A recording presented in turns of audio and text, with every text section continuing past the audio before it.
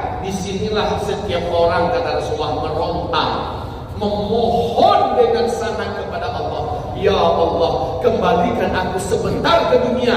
Aku ingin bawa semua yang pernah aku miliki. Aku ingin sedekahkan semua harta yang pernah aku cari. Ya Allah, kenapa? Karena orang di sini melihat betul betapa terhormatnya orang-orang yang punya perbekalan yang cukup. Ini baru perbekalan perjalanan ya, belum lagi kampung halaman. Nyampe di kampung halaman, yang paling beruntung yang gak punya tanah, yang gak punya rumah di sana. Betul Bu? Kita ini bukan tempat tinggal asli di dunia ini. Di dunia ini bukan tempat tinggal, tapi tempat meninggal Ibu. Betul Bu? Dunia ini bukan tempat tinggal, tapi tempat meninggal. Istilah almarhum, telah wafat, telah meninggal itu hanya di dunia. Di akhirat nanti kalau kita udah dihidupkan lagi, nggak ada lagi cerita almarhum fulan bin fulan, nggak ada. Karena kita tidak akan pernah mati, kita hidup selama-lamanya. Pertanyaannya, sudahkah kita membeli tanah untuk membangun rumah di kehidupan abadi kelak di akhirat? Sudah apa belum?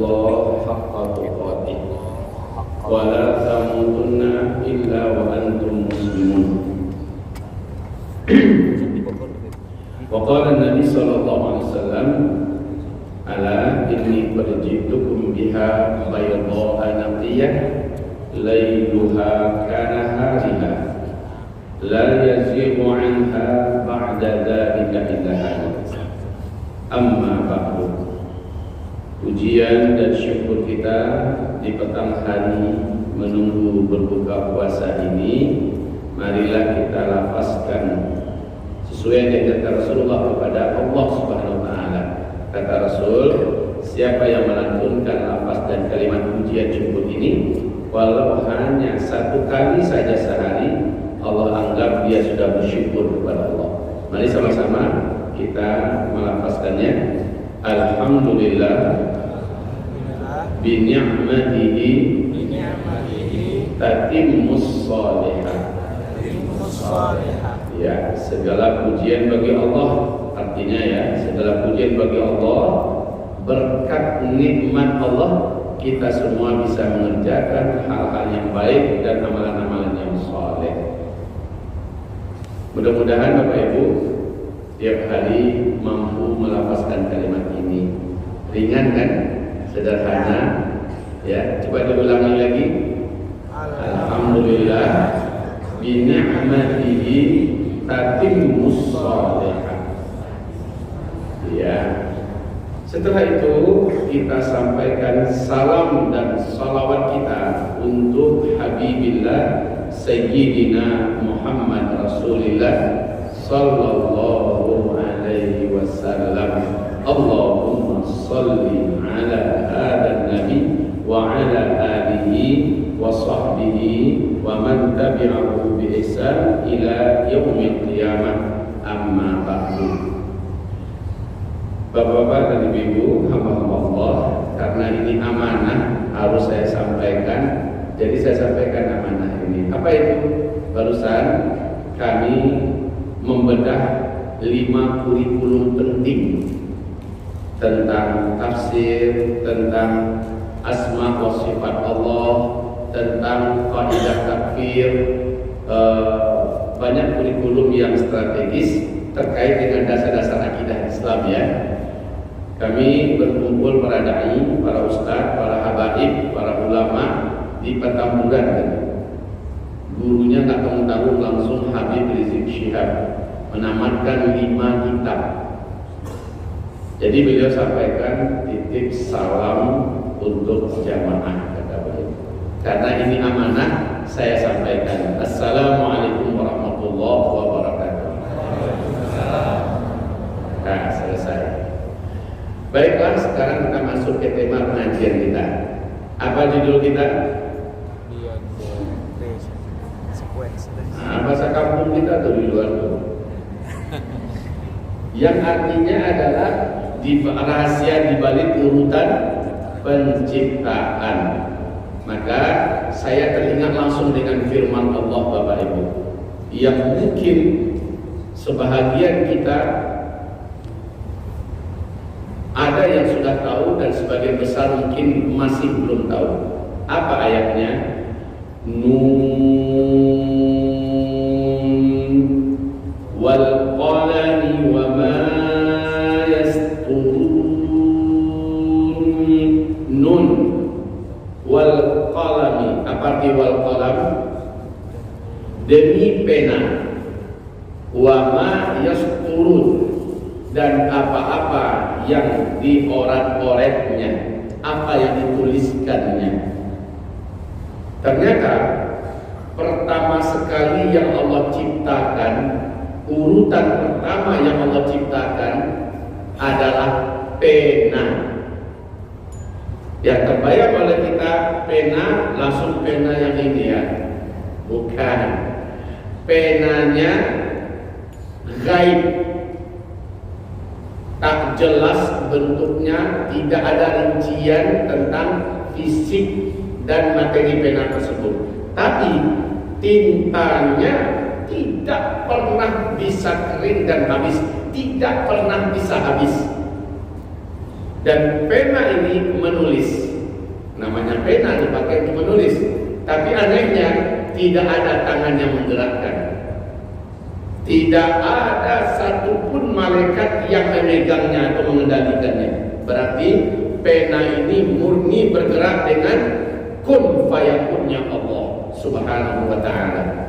Ingat, saat itu langit belum diciptakan, bumi belum ada, malaikat bahkan juga belum ada, surga neraka belum ada. Semua yang ada adalah kehampaan yang tak terbatas, kegelapan. Allah ciptakan pena. Nun. Setelah Allah menciptakan pena, boleh minta izin berdiri nulis.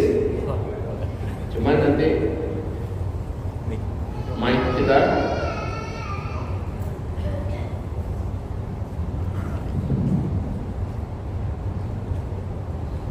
jadi yang pertama sekali diciptakan Allah adalah qalam. Qalam artinya adalah pena.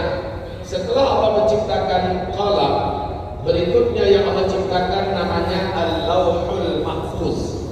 Urutan kedua yang Allah ciptakan namanya Al-Lauh Al-Mahfuz. Apa itu Al-Lauh Al-Mahfuz? Hamparan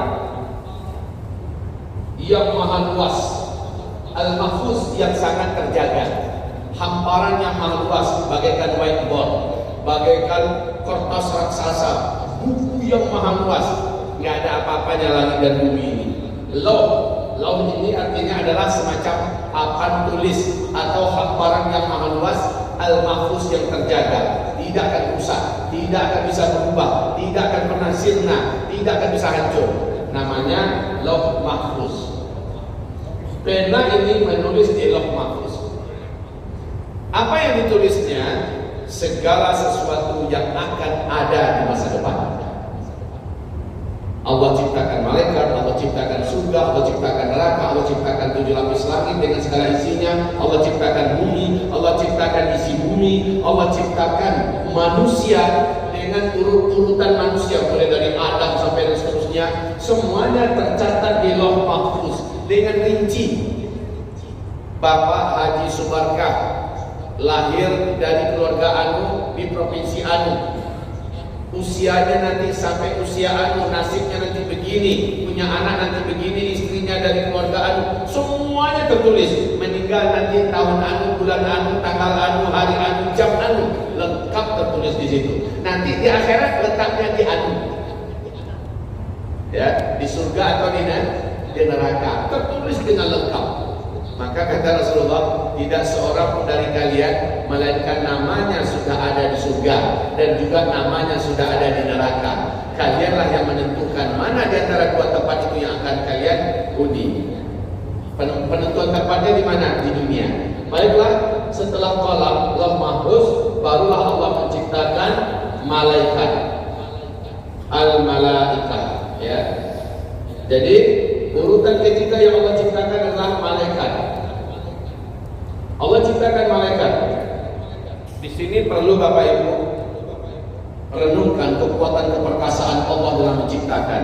Satu malaikat saja, kata Rasulullah, seandainya seluruh air yang ada di bumi dituangkan ke rambut bagian tengkuknya, maka tidak akan ada satupun air yang ada di bumi ini menetes. Saking besarnya satu malaikat. Jumlah malaikat itu lebih banyak daripada papasiran di tepian pantai seluruh bumi. Lebih banyak daripada bintang-bintang yang ada di ruang angkasa. Luar biasa banyaknya malaikat ini. Allah ciptakan malaikat.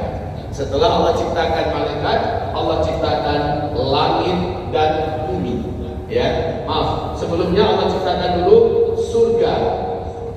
surga dan neraka. Saya ke sini ya. Allah ciptakan surga dan neraka. Setelah Allah ciptakan surga dengan segala pemandangan dan kenikmatannya, Allah ciptakan neraka dengan segala kedahsyatan dan bentuk azabnya. Allah pun menciptakan berikutnya langit dan bumi. Langit 7 lapis dan bumi 7 lapis dengan segala isinya, hutannya, gunungnya, danaunya. Langit juga begitu, dengan segala yang ada di ruang angkasa Allah ciptakan. Penciptaan ini berlangsung selama 6 hari, ya. 6 hari di sisi Allah, 1000 tahun kita menghitungnya per 1 hari, berarti 6.000. Satu hari lagi Allah menggabungkan semuanya dan Allah menciptakan isi di dalamnya, dalam langit dan bumi. Baik Bapak Ibu, barulah setelah itu Allah menciptakan manusia. Pertama sekali yang Allah ciptakan di bumi adalah bangsa jin dulu. Jadi sebelum kita ada, yang menghuni bumi adalah bangsa jin. Saat itu bangsa jin masih berwujud kasar, tapi maaf, fisik dan bentuk mereka jauh berbeda dengan kita. Kalau Allah berfirman, "Walaqad khalaqnal insana fi ahsani taqwim."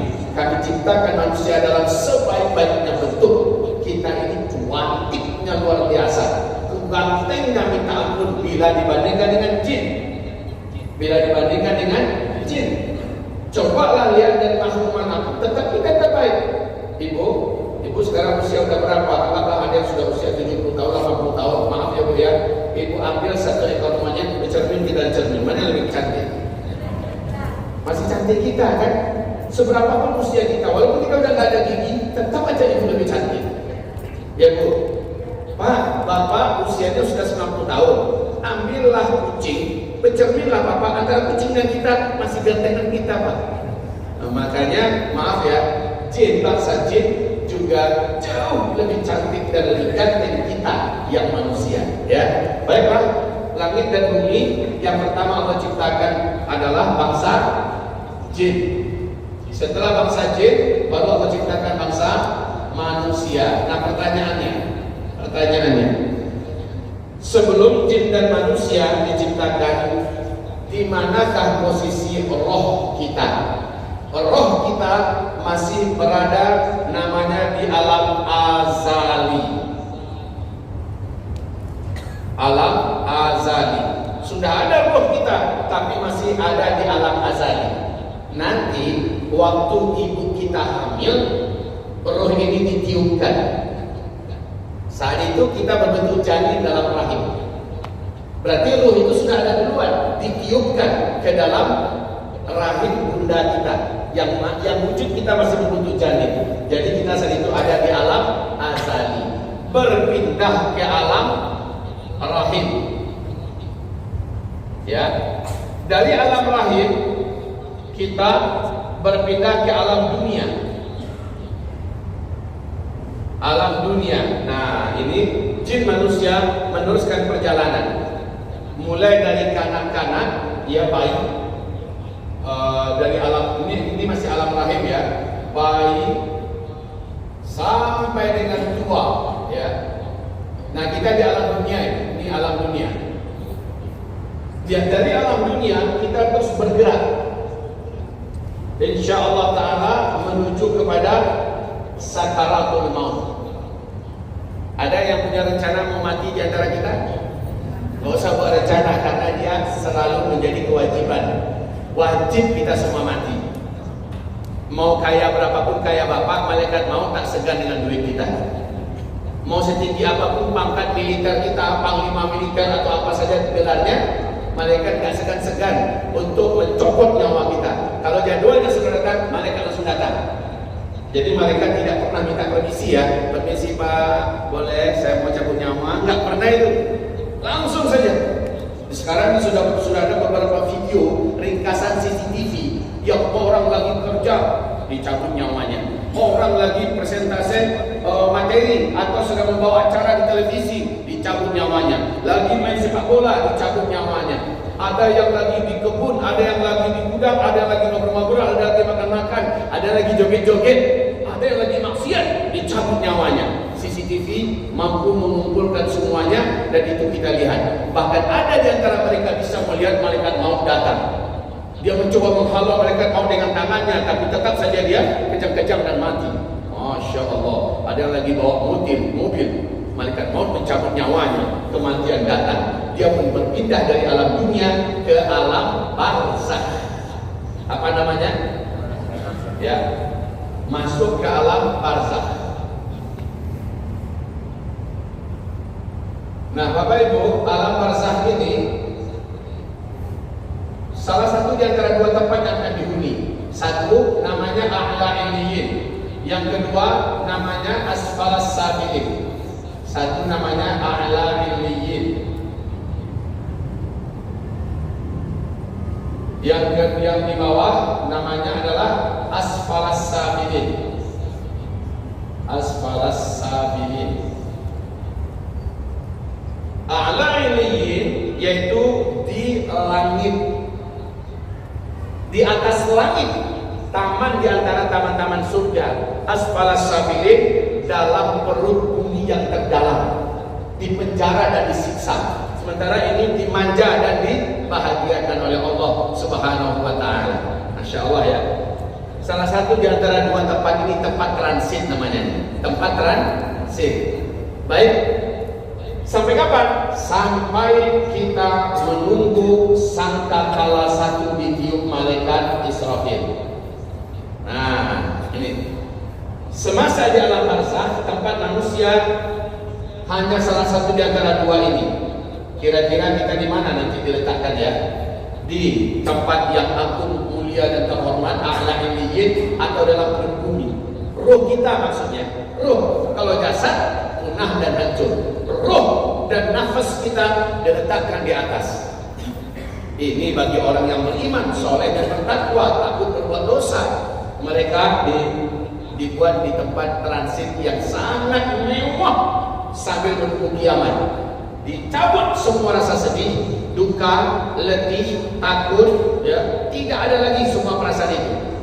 Tapi kalau letaknya di bawah, pasti semasa hidupnya dia penjahat, orang kafir, musyrik, munafik, orang zalim, orang yang benar-benar sering berbuat onar dan kerusakan di muka bumi.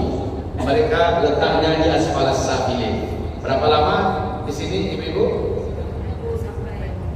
Menunggu sangkakala ditiup oleh malaikat Israfil. Lama atau sebentar deh? Lama. Saat ini semua orang yang masuk ke alam ini, kata Rasulullah, berharap kalau dia punya bekal perjalanan yang cukup. perjalanan panjang, butuh bekal. Ibu kalau tahu mau berangkat haji, kira-kira persiapan ibu lumayan kan? Lumayan kan?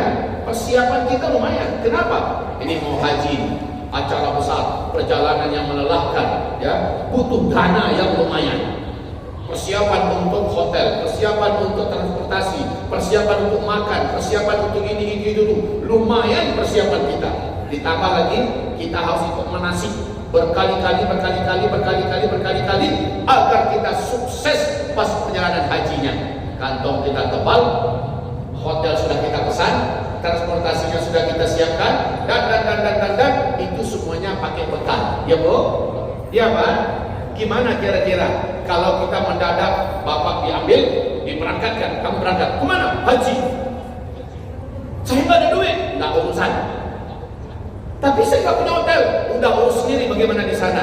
Kira-kira sengsara nggak bapak-bapak?